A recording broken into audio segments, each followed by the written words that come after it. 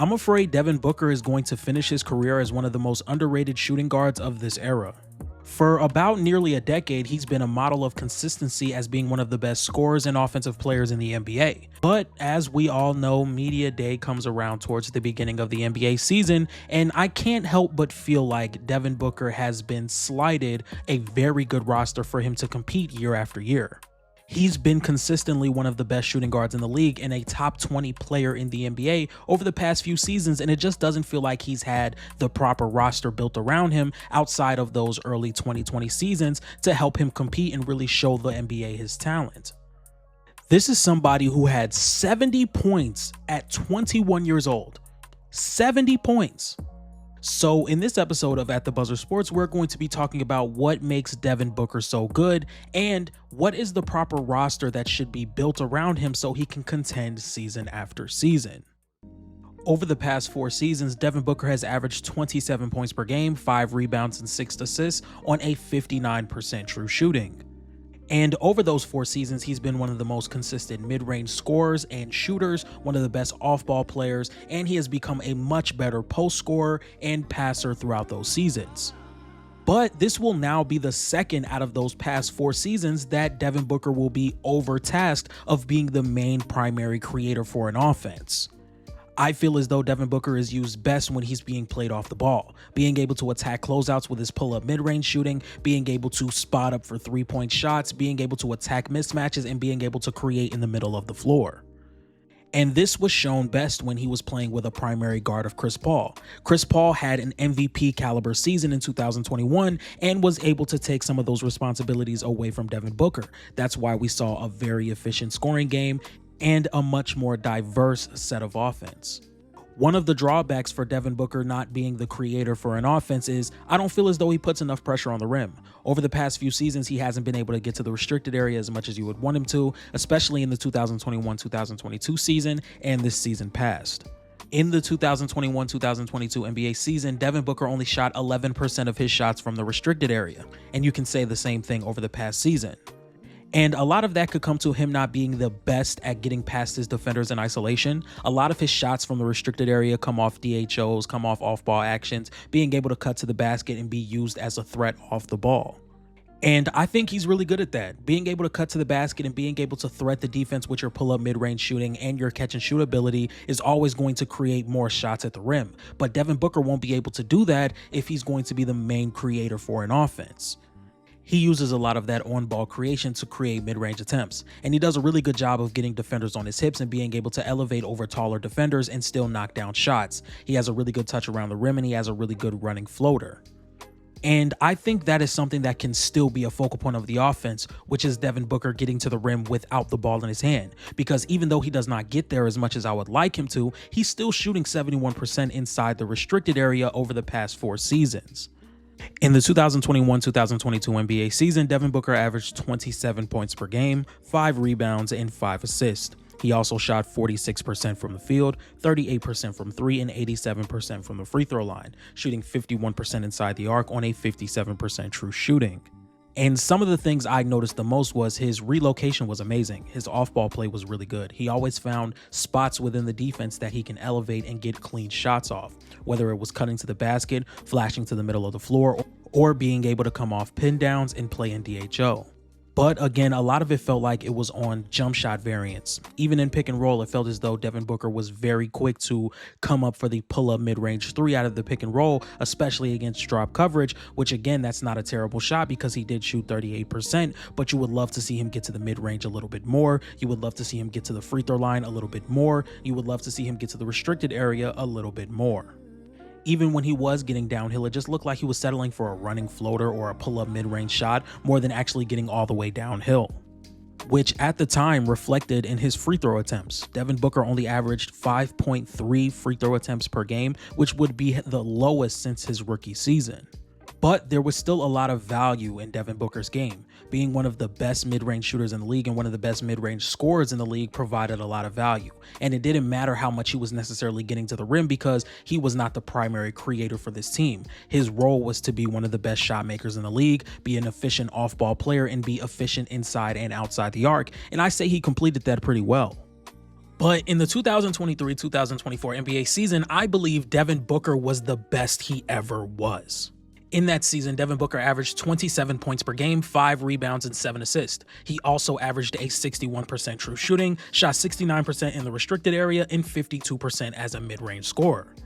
And in that season, he was getting to the restricted area on 14% of his shots, which would be the highest since his 2020-2021 season. He also averaged 3.5 isolation possessions a game on a 0.99 points per possession and 7 pick and roll possessions a game at a 1.06 points per possession.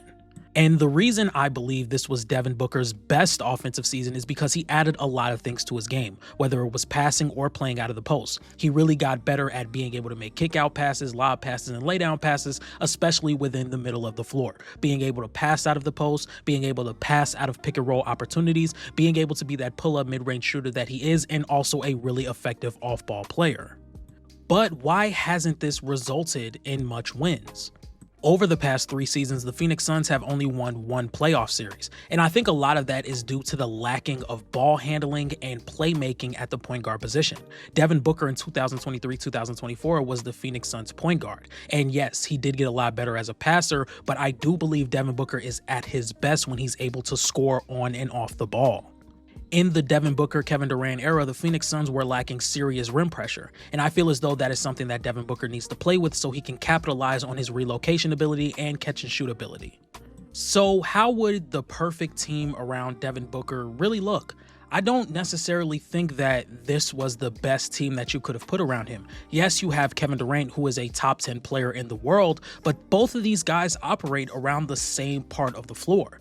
We had one season where Devin Booker was being asked to be the point guard and lead creator for a team, and then in the 24-25 season, he was asked to take more three-pointers.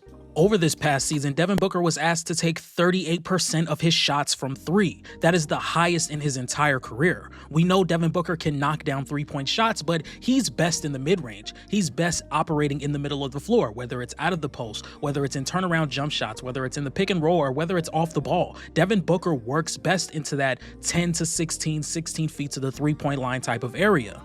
And over the past few seasons, Devin Booker has been asked to take away from what makes him so good to prioritize something else that the team is trying to do. And I feel as though you can still build a contending type of team around Devin Booker's talent.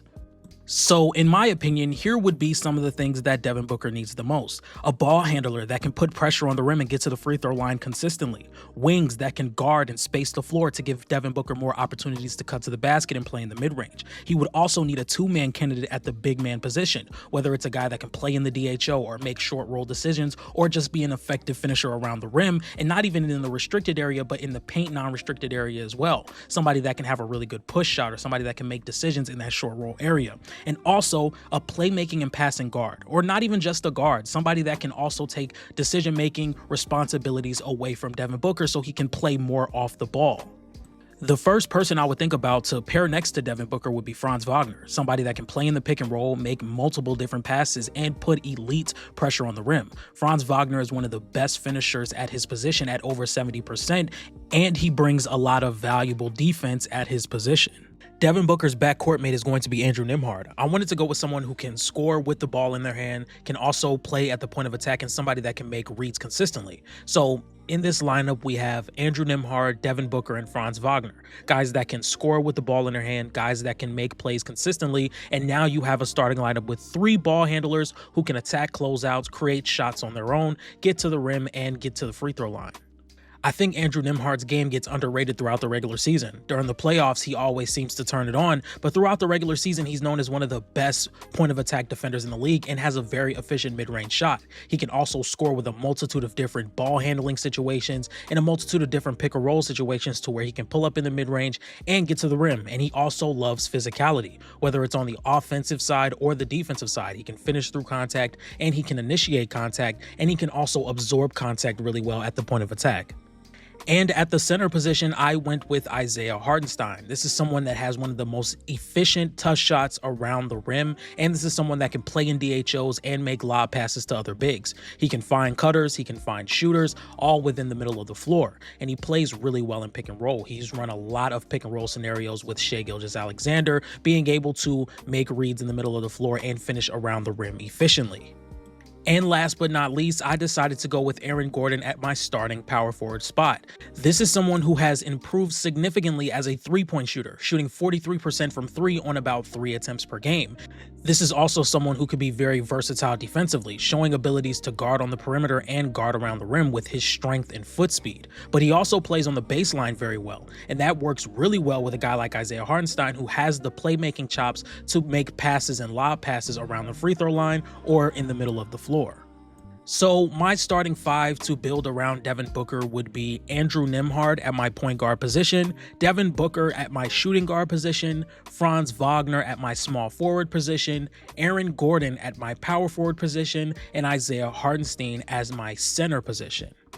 This gives this basketball team a level of ball handlers, transition play, and versatile defense that Devin Booker just has not had over the past few seasons. And now with 2 other ball handlers on the floor, he will not have as much responsibility as he once had as a lead creator.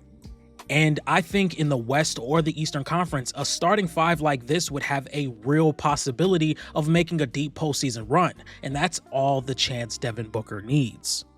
If you guys like this type of content, please be sure to like, comment, and subscribe. Make sure you guys follow me on Twitter at ATBSports1. Make sure you guys follow me on TikTok at TheBuzzerENT. Make sure you guys follow me on Instagram at TheBuzzer_. And make sure you guys join my playback room at TheBuzzerSports.